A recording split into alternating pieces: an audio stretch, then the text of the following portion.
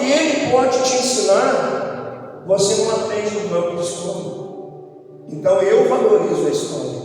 Conhecer o passado é importante para você compreender o presente e também para você intervir ou agir com vistas ao futuro, para você mudar o destino das coisas, colocando Deus em primeiro lugar. Então eu louvo a Deus por esses 16 anos, porque hoje é muito fácil alguém chegar aqui e olhar para essa estrutura, e olhar para essa igreja, e às vezes essa sociedade imediatista diz assim: se o culto não oferece o que eu quero, eu acho que é melhor eu ir para outra igreja, eu acho que é melhor eu procurar em outro lugar. Hoje a sociedade está assim, ninguém sabe esperar mais. Se você manda uma mensagem de WhatsApp e a pessoa demora um pouco para te responder, você já fica chateado. Puxa vida, a pessoa não me respondeu. Ninguém quer esperar. Tanto é que o WhatsApp já criou aquela ferramenta de acelerar 2 vezes mais a mensagem, porque ninguém aguenta mais ouvir um áudio de 5 minutos, de 4 minutos. Então hoje as pessoas querem chegar na igreja e achar tudo pronto. Querem chegar e achar tudo pronto. E ainda querem avaliar a igreja como meros espectadores. E se a liturgia do culto por algum motivo não agrada, e aliás, o culto não é para agradar ninguém, o culto é para agradar a Deus, o culto é para Deus. O culto não é para agradar quem veio avaliar, quem veio analisar se esse culto é melhor do que o B, o C, mas o culto é para agradar a Deus. E nós viemos para cultuar. Então as pessoas não sabem esperar. Tudo tem o seu tempo. Salomão escreveu um tempo determinado por Deus para todas as coisas. Eclesiastes capítulo 3, me parece.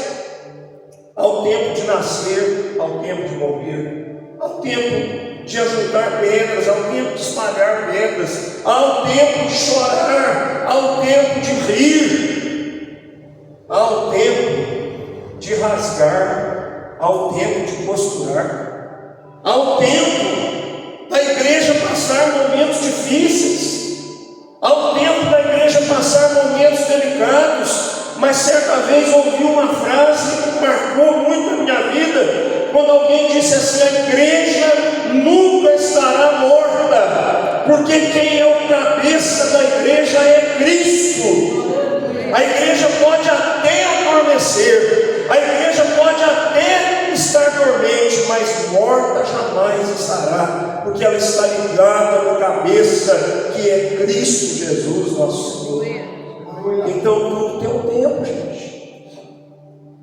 Eu estou cultivando uma horta e descobri agora, depois de muitos anos, eu nunca tive essa vocação, descobri o gosto por essa atividade e tem sido para mim algo assim maravilhoso. Tem sido momentos para mim aliviar o estresse, tem sido momentos para mim prazerosos. E eu plantei algumas sementes de tomate, eu semeei naqueles copinhos, e eu acompanhei a fase de crescimento. E quando eu plantei, esperava alguns dias, todo dia eu acordava e ia lá e já queria que tivesse nascido. Mas depois Deus foi me fazer entender que tudo tem um tempo. Aí quando eu parei de ficar olhando todo dia, quando eu percebi, estava tudo verdinho, as sementes estavam germinando. Eu falei: será que é mato? Mas eu fui percebendo que foi crescendo, foi tomando forma, e eu fui cuidando, fui regando, fui colocando um estercozinho ali, todos os dias, com aquele cuidado, e aquelas mudas foram tomando forma, foram crescendo. Quando eu percebi, eu estava com 140 mudas de tomate. Ainda tem lá, cada uma desse tamanho, mudas bonitas. e eu plantei algumas, e já tem lá uns 20 pés de tomate, cada pé tem 3 pencas de tomate, com aproximadamente 6, 7 tomates em cada penca. Mas levou tempo, levou cuidado. E o apóstolo Paulo, escrevendo aos Coríntios, ele vai nos dizer o seguinte, ele vai nos ensinar, na verdade, que um é aquele que planta, o outro é aquele que rega, e eu ainda acrescentaria, outro é aquele que colhe. Mas Paulo diz assim: mas é Deus quem dá o crescimento, aleluia, é Deus quem dá o crescimento. Ele diz assim: nem o que planta é alguma coisa, nem o que rega, mas Deus. E eu aprendi o valor, a importância de que a semente é viva, gente. Eu comprei aquela semente no envelopinho, semente de tomate. Abri, estava escrito lá, tem mais de 600 ou 700 sementes. Eu falei, você conversa, não tem. Mas quando eu abri o saquinho, era minúsculo a semente. E eu percebi que era algo que aos olhos humanos parecia insignificante. Ainda falou para plantar de uma em uma. Mas era tão pequena que o dedo não conseguia segurar de uma em uma. Às vezes eu soltava de 3, 4. Em cada copinho, uma sementezinha minúscula. E eu pensei, essa semente fechada dentro desse saquinho, está lá no mercado, está lá na loja de agropecuária. Como é que pode ter vida nisso? A vida é um dom de Deus.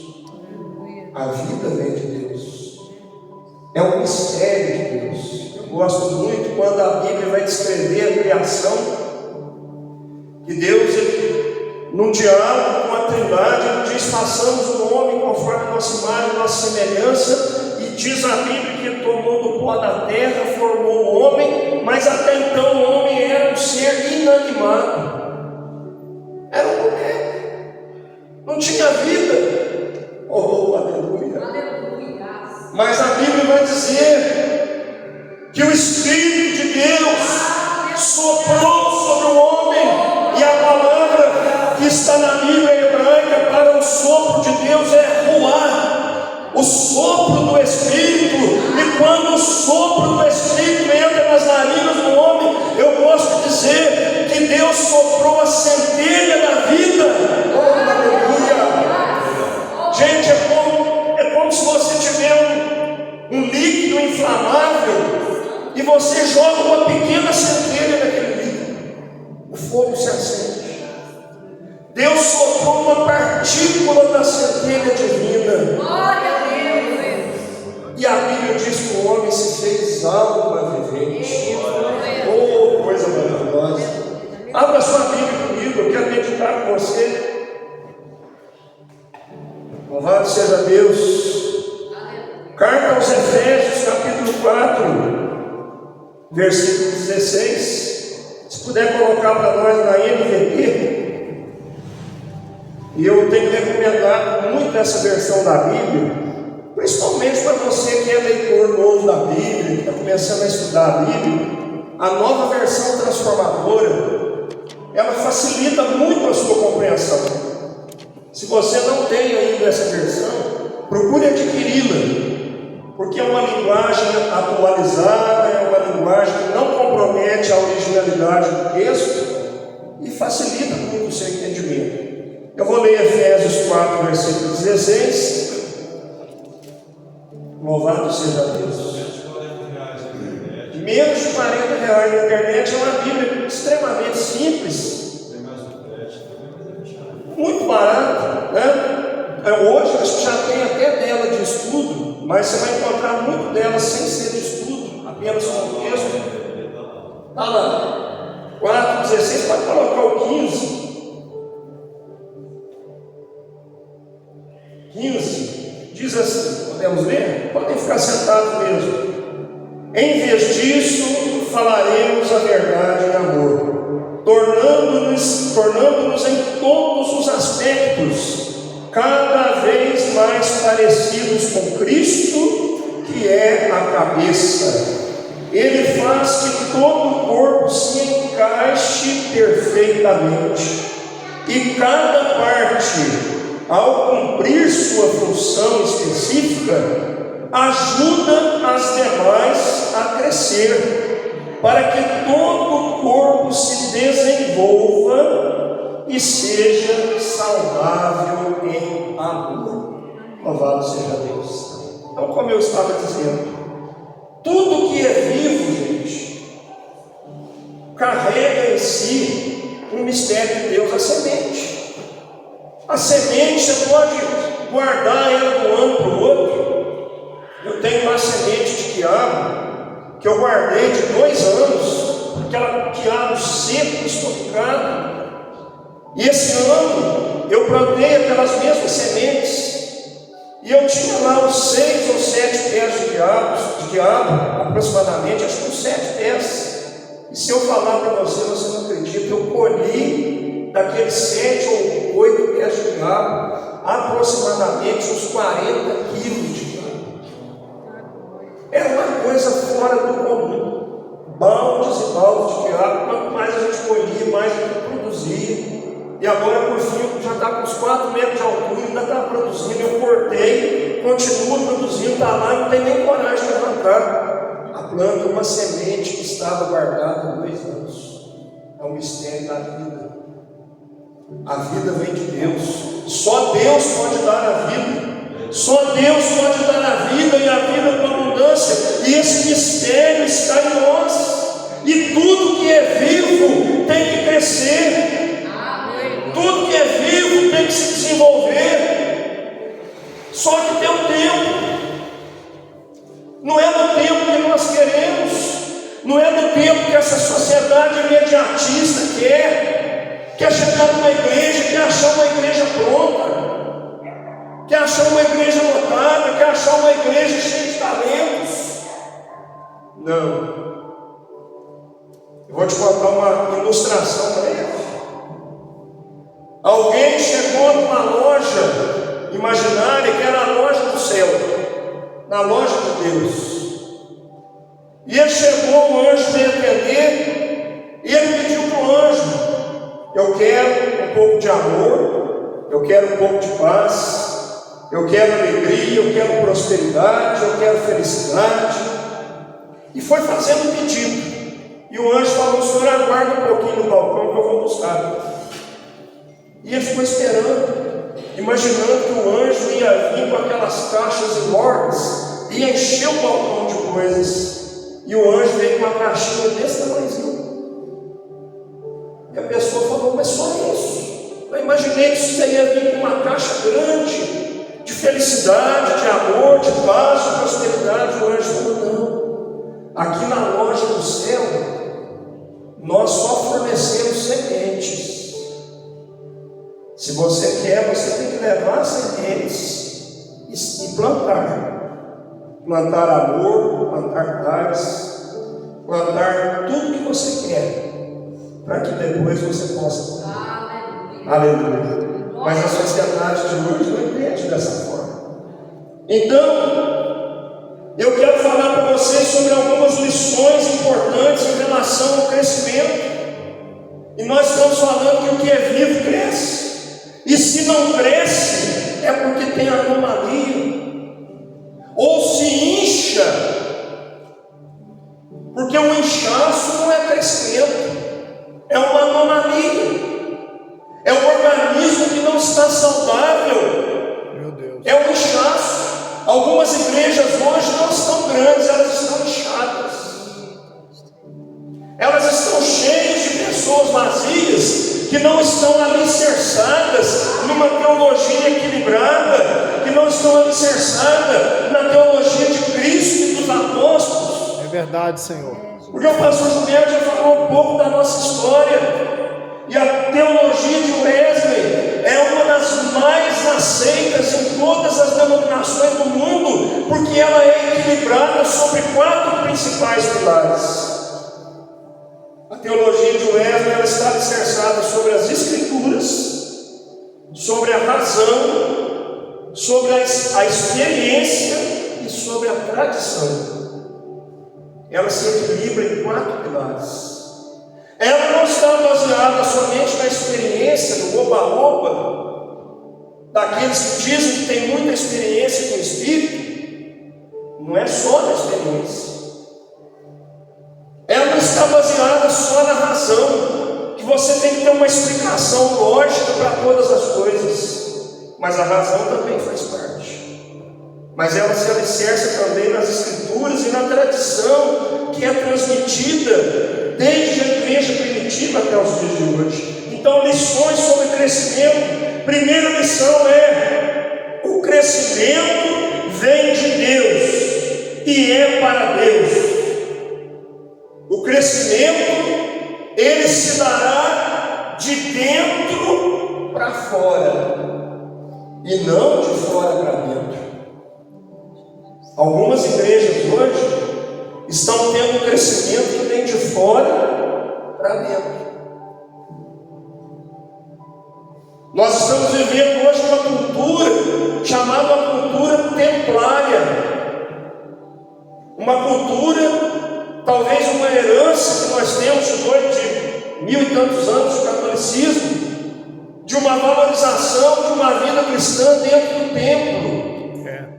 Mas o verdadeiro crescimento que Deus quer se dará daqui de dentro lá para fora, porque assim é o significado da palavra igreja: tirados para fora do mundo pecaminoso. Mas não é para viver trancados aqui dentro dessas 4 paredes, que é um lugar maravilhoso. Que bom seria, pastor Eduardo, se nós pudéssemos viver só aqui. Todas as vezes que eu venho aqui em Tamonte, cada vez que eu venho, eu encontro esse templo mais bonito. Eu estou apaixonado por aquele painel ali. Eu me arrisco a dizer que em todas as nossas igrejas aqui do distrito, nós não temos uma igreja com um painel tão bonito quanto esse. Coisa linda. Mas Deus nos chamou não é para ficarmos aqui dentro. Deus nos chamou para crescermos de dentro para fora. A igreja foi chamada para impactar a sociedade. A igreja foi chamada para fazer diferença lá fora, para fazer diferença nas escolas, nas ruas, nos pontos de trabalho, nas repartições públicas, em todos os lugares.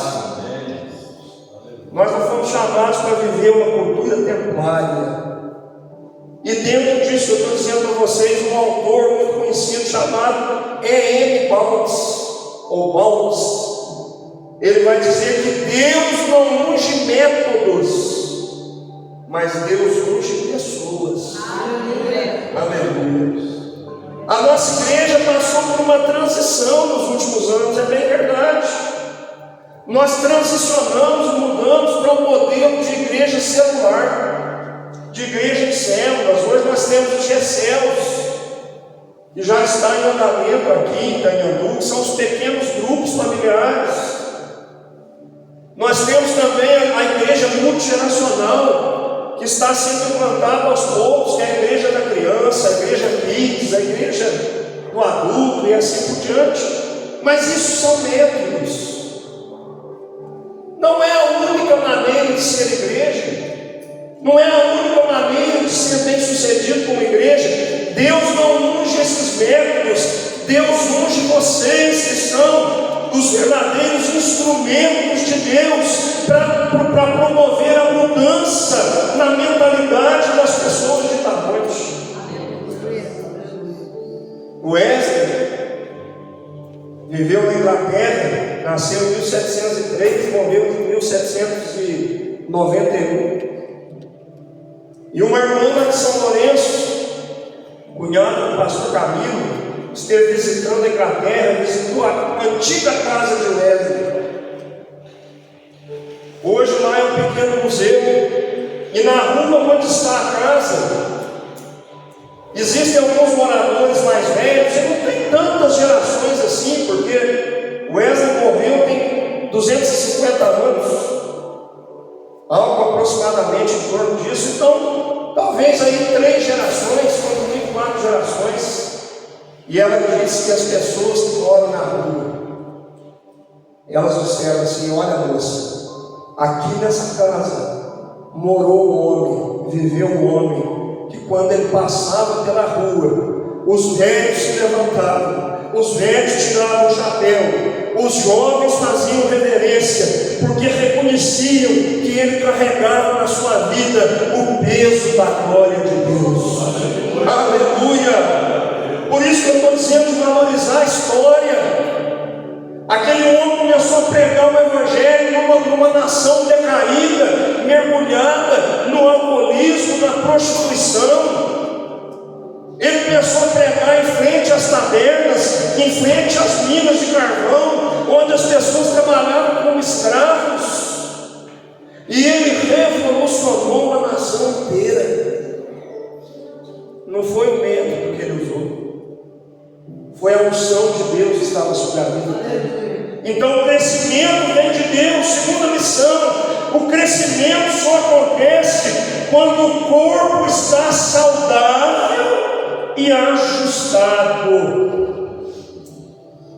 Olha o que ele diz aqui em Efésios 4,16: ele faz com que todo o corpo se encaixe perfeitamente, e cada parte, ao cumprir a sua função específica, ajuda as demais a crescer, para que todo o corpo se desenvolva e seja saudável em acordo.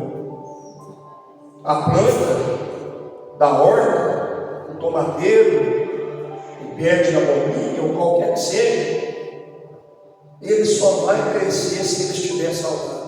A criança, essa que veio aqui, o Iago, os pais não vão precisar ficar igual eu, indo lá todo dia para ver se a semente de tomate já tinha nascido. Os pais não vão precisar todo dia olhar e medir o Iago, falar: sabe que está crescendo? Cresce, Iago, cresce, Iago. Mas se o Iago estiver bem cuidado, bem nutrido, bem dedicado, bem alimentado, bem alicerçado, o crescimento acontecerá naturalmente. Aleluia. Não é o homem que faz a igreja crescer, não é método que traz crescimento para a igreja. O crescimento vem quando o corpo está saudável, quando o corpo está nutrido, quando o corpo está alimentado, mas isso leva tempo. Se você crer, se você esperar esse tempo e você participar desse processo, você vai ver essa igreja aqui não caber mais gente aqui. Mas se você esperar, não é se você disser: eu vou ficar lá um mês para ver, se não acontecer, eu vou ver em outro lugar. É um tempo. Hoje eu estou lá com os meus tomates quase na hora de colher. Já fiz a cabana para colocar a lona para proteger da geada. Só estou esperando eles dar uma mudadinha de cor, já vou colher. De cara já vou colher quase 100 tomates. Vai levar um tempo. Levou um trabalho. Ano passado eu não consegui tanto sucesso, até colhi. Mas aprendi novos detalhes. Aprendi que tem um broto que sai entre o caule e entre o ramo, o terceiro broto, que é um broto ladrão, que está ali para roubar o nutriente da planta, e esse broto ladrão quer crescer no nosso meio. Isso é o pecado. Ele precisa ser retirado, esse broto. Nós temos que ir lá com a mão ou com uma tesourinha. Às vezes ele está até bonito, dá até pena de cortar. Já está até querendo produzir um cachinho de flor. Mas se você deixar, ele vai tirar a força da planta. Então você tem que ir, cortar aquele broto. Eu aprendi mais isso. Tudo tem um tempo. Então o crescimento só acontece quando o corpo está unido, ajustado, cada um compreendendo a sua função. Olha aí, Jesus. E Deus não quer espectadores de igreja. Torcida não ganha jogo. Eu já vi um meu time perder várias vezes jogando no Maracanã lotado, Pastor Eduardo, com 70 mil pessoas. Eu sou flamenguista. Já havia perder com 70 mil torcedores, porque a torcida não ganha jogo. Torcida de Deus não ganha jogo. Torcida de igreja não ganha jogo. Deus nessa noite, o Espírito Santo está dizendo que é para você vestir a camisa e entrar em campo, é para você calçar a chuteira e entrar em campo, porque Deus conta com você nesse lugar aqui. Aleluia! Aí você vai dizer, mas Deus, lá não tem isso, lá não tem aquilo, lá ainda não tem esse ministério, ainda não tem aquele outro. Quem sabe se Deus não está te chamando para ser o líder desse ministério? Quem sabe se Deus não está te chamando para você trabalhar nesse ministério aqui? Eu estou com um projeto lá e quero continuar, me apaixonei por esse projeto, ainda não consegui fazer a segunda vez, que é o projeto Bem Viver para a terceira idade. Levei lá 2 violeiros, sanfoneiro, fizemos broa, biscoito, café e tudo, e pusemos na mesa. E a coisa lá, sanfona e viola e palavra de Deus. E eu estou doido para fazer outro desses. Mas música cristã, viu, irmãos? Música cristã. Então nós temos que usar a criatividade. Aí as pessoas dizem assim, por que o pastor não faz uma coisa assim, assim? Por que o pastor não faz daquele jeito? Ué, quem sabe não é você que vai ser um instrumento que Deus vai usar para ajudar o pastor naquela área. Porque quem gera ovelha não é pastor. Quem reproduz ovelha é a própria ovelha. Ovelha com ovelha gera ovelha. Quem cura a ovelha, quem apacenta a ovelha, quem às vezes tem que passar um remédio para a ovelha que às vezes dói, mas que vai trazer cura, é o pastor. Então, o corpo só vai crescer quando ele estiver saudável. Corpo doente não cresce. Se ele reproduzir, vai reproduzir pessoas doentes. Deus nessa noite quer curar o teu coração. Deus nessa noite quer curar o corpo. Deus nessa noite quer tratar as feridas. E para tratar as feridas, a irmã Thelma sabe disso. Às vezes dá a impressão que está cicatrizando, mas você vai no médico, ele tem que arrancar aquela casca, ele tem que arrancar aquela pele que está cicatrizando antes da hora, porque por baixo daquela pele está cheio de infecção, está cheio de inflamação, está cheio de células em decomposição, e ele tem que virar um medicamento, ele tem que fazer uma raspagem daquilo ali, ele tem que arrancar aquela carne que está cicatrizando, para aquilo vir cicatrizando de dentro para fora. Aí, ó, falar com quem entende é bom por isso. É de dentro para fora, gente. É de dentro para fora que Deus está chamando essa igreja para crescer lá fora. Aleluia.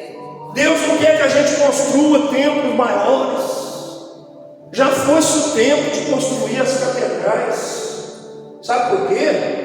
Essas paredes aqui, daqui a alguns anos, vão ficar aí.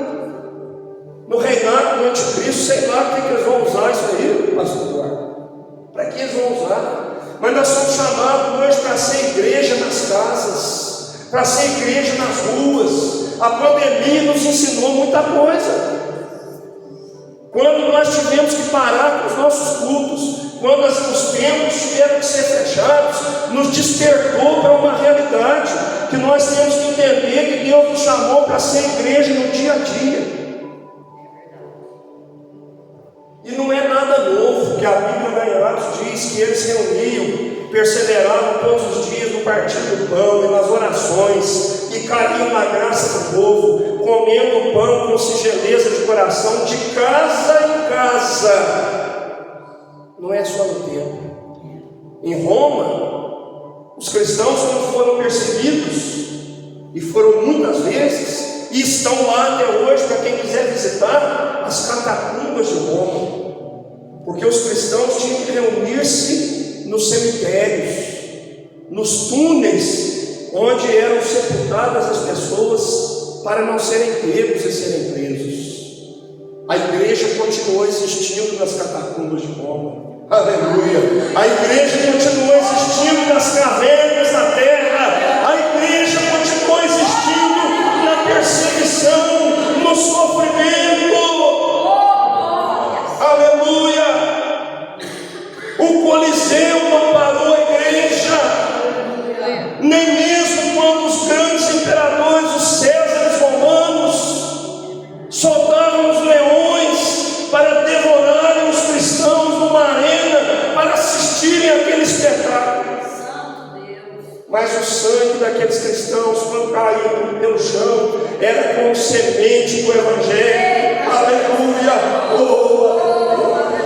Quanto mais os cristãos morriam, mais cristãos nasciam, mais cristãos surgiam, e nós atravessamos 2000 anos de história, e se não pudermos parar até hoje, não é agora que eles vão parar a igreja de Damonte, em nome de Jesus.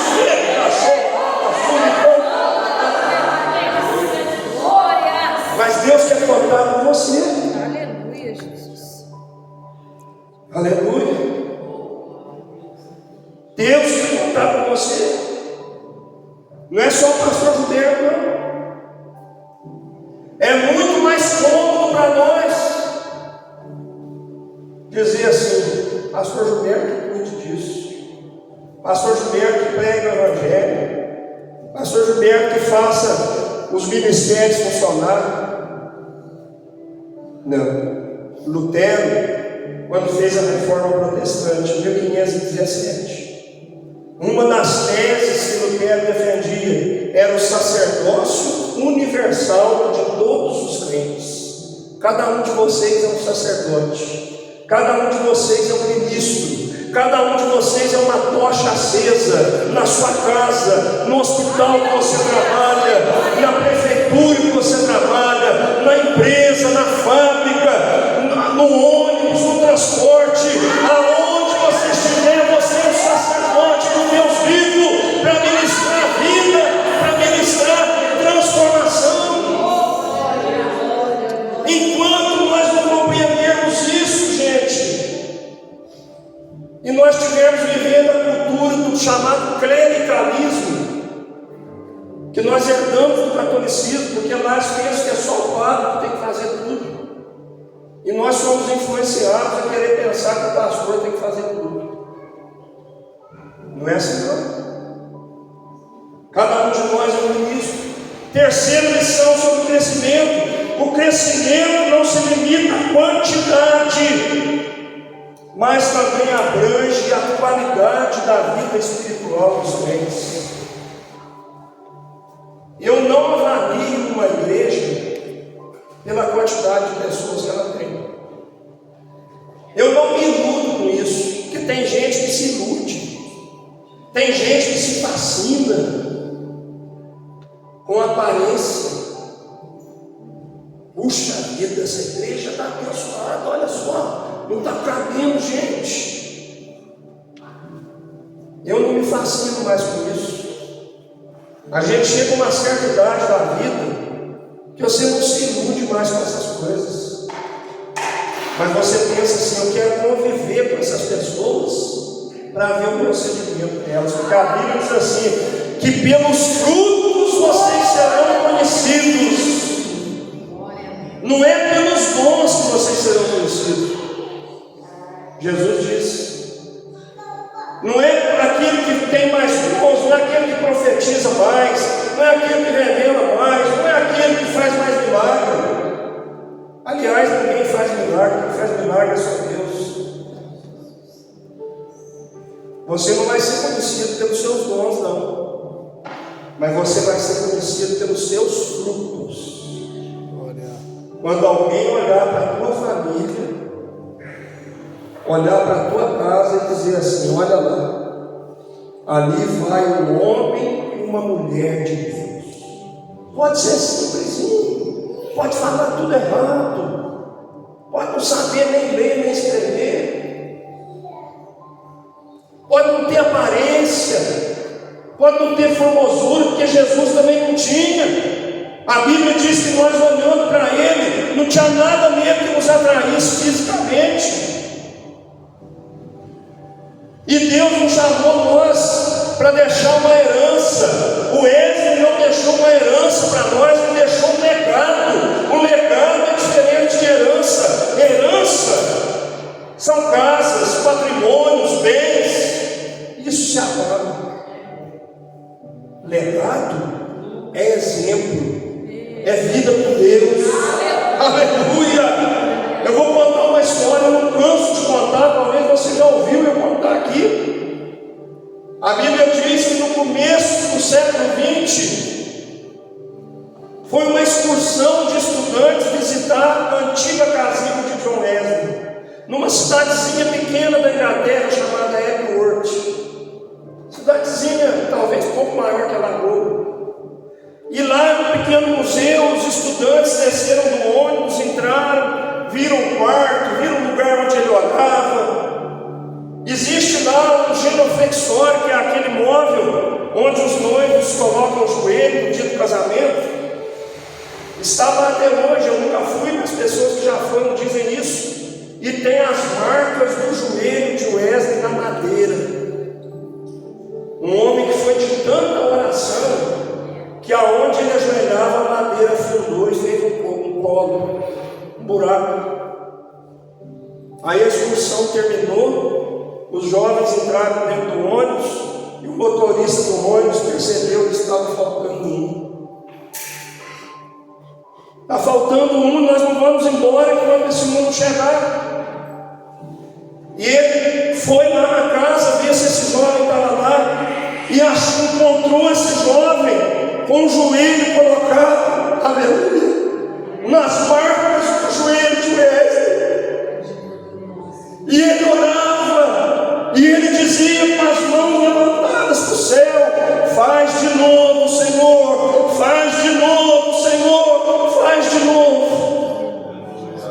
Sabe quem era esse jovem que estava orando?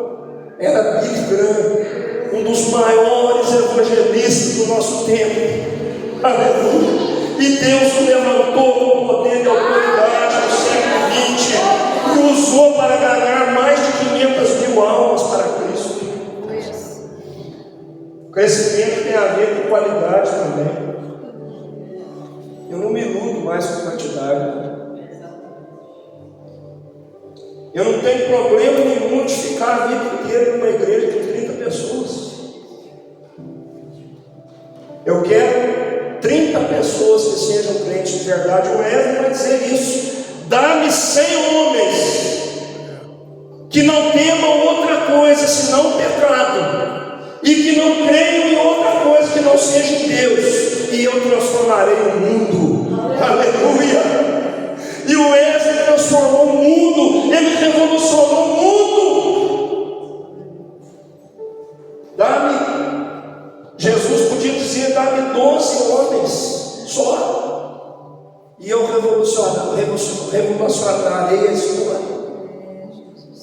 Pastor Gilberto, se tiver hoje aproximadamente aqui 20, 30 pessoas aqui com o coração na obra de Deus, 20 ou 30 pessoas que se entreguem totalmente a Cristo, Ele vai fazer uma revolução em Itamonte. Itamonte nunca mais será o mesmo, nunca mais será a mesma. Mas essa mudança passa por cada um de vocês, não é só por ele, gente. Essa mudança passa por cada um de nós. Estou concluindo que essa chama que ardeu no coração de Wesley, em 24 de maio de 1738, quando ele tinha 35 anos de idade, já era um pastor consagrado, já era um pastor que já tinha feito uma viagem missionária fracassada, mal sucedida, porque ele ainda tinha dúvidas no seu coração.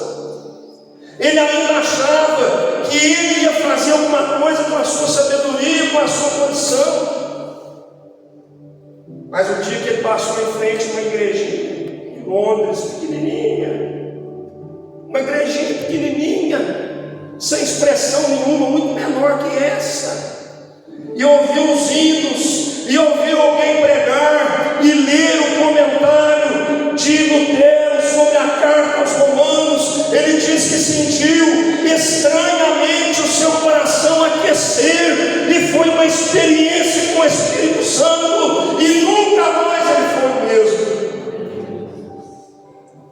E aí ele entendeu que se os púlpitos da igreja anglicana se fechavam para ele então ia pregar nas praças, ele ia pregar nos cemitérios, ele ia pregar nas minas de carvão, ele ia pregar nas portas das tabernas, e milhares de almas se converteram ao Evangelho. E ele teve uma influência tão grande naquela nação, a ponto de intervir até na abolição da escravatura. E aquela nação se tornou uma nação próspera. E o que Deus pode fazer hoje através de nós no Brasil?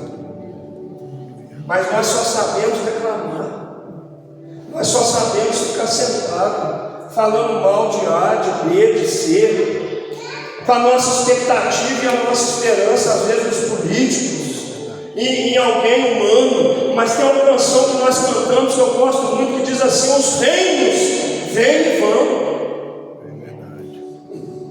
Os reinos vêm e vão, mas o teu nome acima está.